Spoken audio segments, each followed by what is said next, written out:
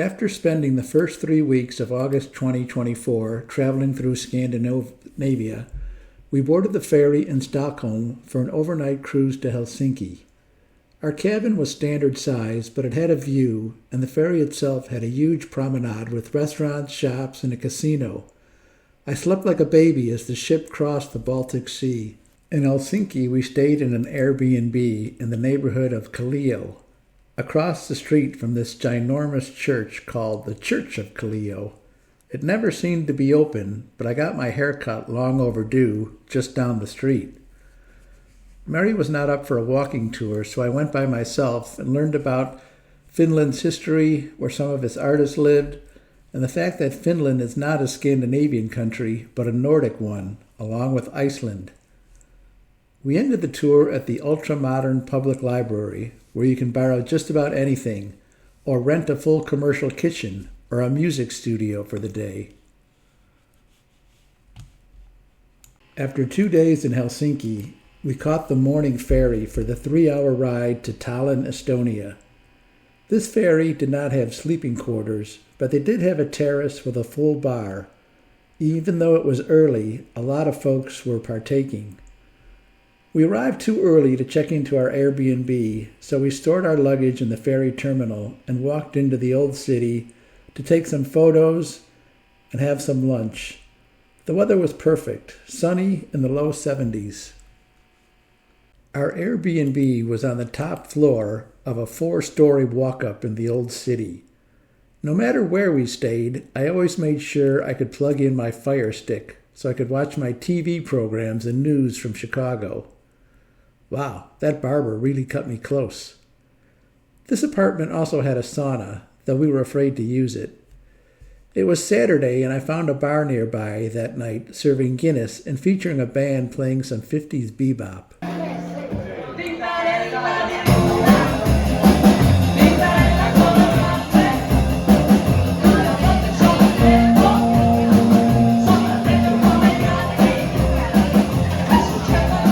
The next day was Sunday, August 25th, my 39th birthday.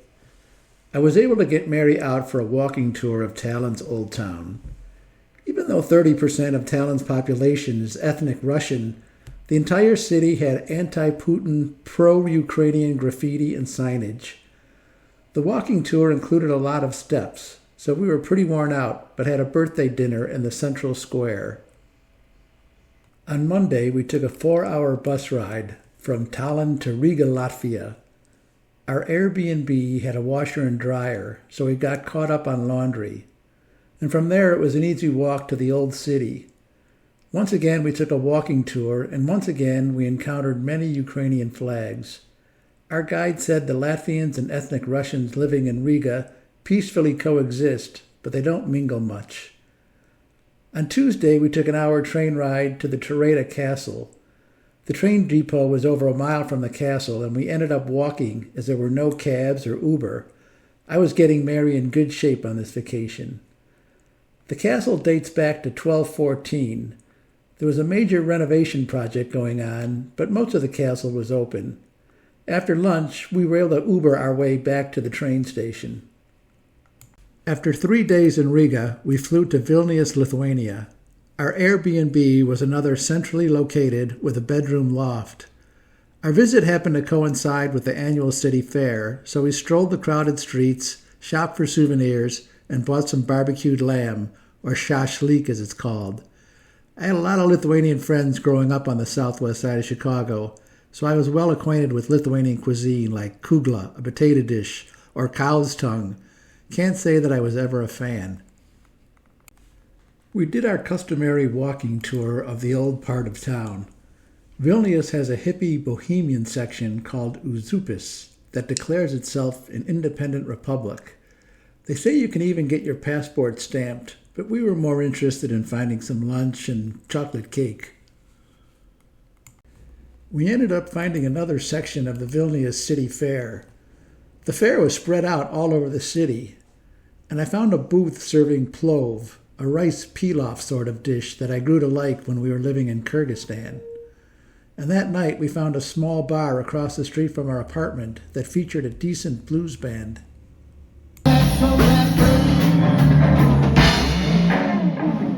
Get back home in the U.S.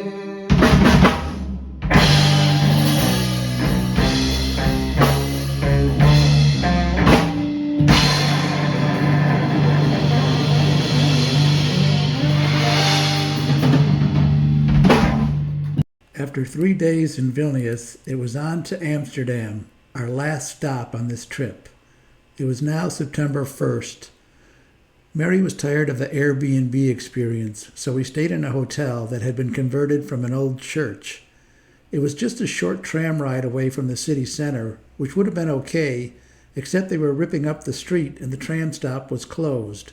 So more walking. I'm really getting Mary in good shape. We took one of those 2-hour tours through the canals of Amsterdam and learned where and why the city's early rich built their homes.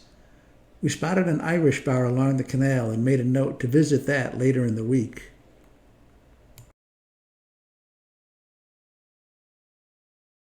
After buying our entrance tickets online, we visited the Rijksmuseum. What? No senior discount? They really do a nice job of displaying the works of the Dutch masters, especially the Rembrandts, which are exhibited in a grand hallway. They also had a few Van Goghs, but most of those are kept in a separate Van Gogh museum next door, probably so they can charge another $30. The next day, we took a tram ride over to the Central Market. The transit system works the same as the one I rode in Sydney, Australia. You don't need a separate transit card. You just swipe your regular credit card when you get on and off the tram. Very convenient. Our last night in Amsterdam, we found our way back to that Irish bar we spotted earlier along the canal. We lucked out as they were holding an Irish session that night.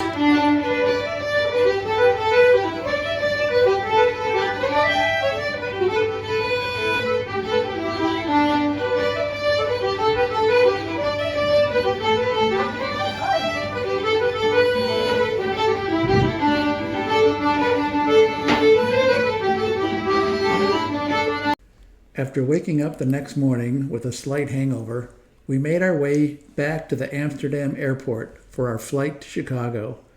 I had some JetBlue miles left over from my State Department days, so those flights were my favorite price, free. Ah, it's good to be home.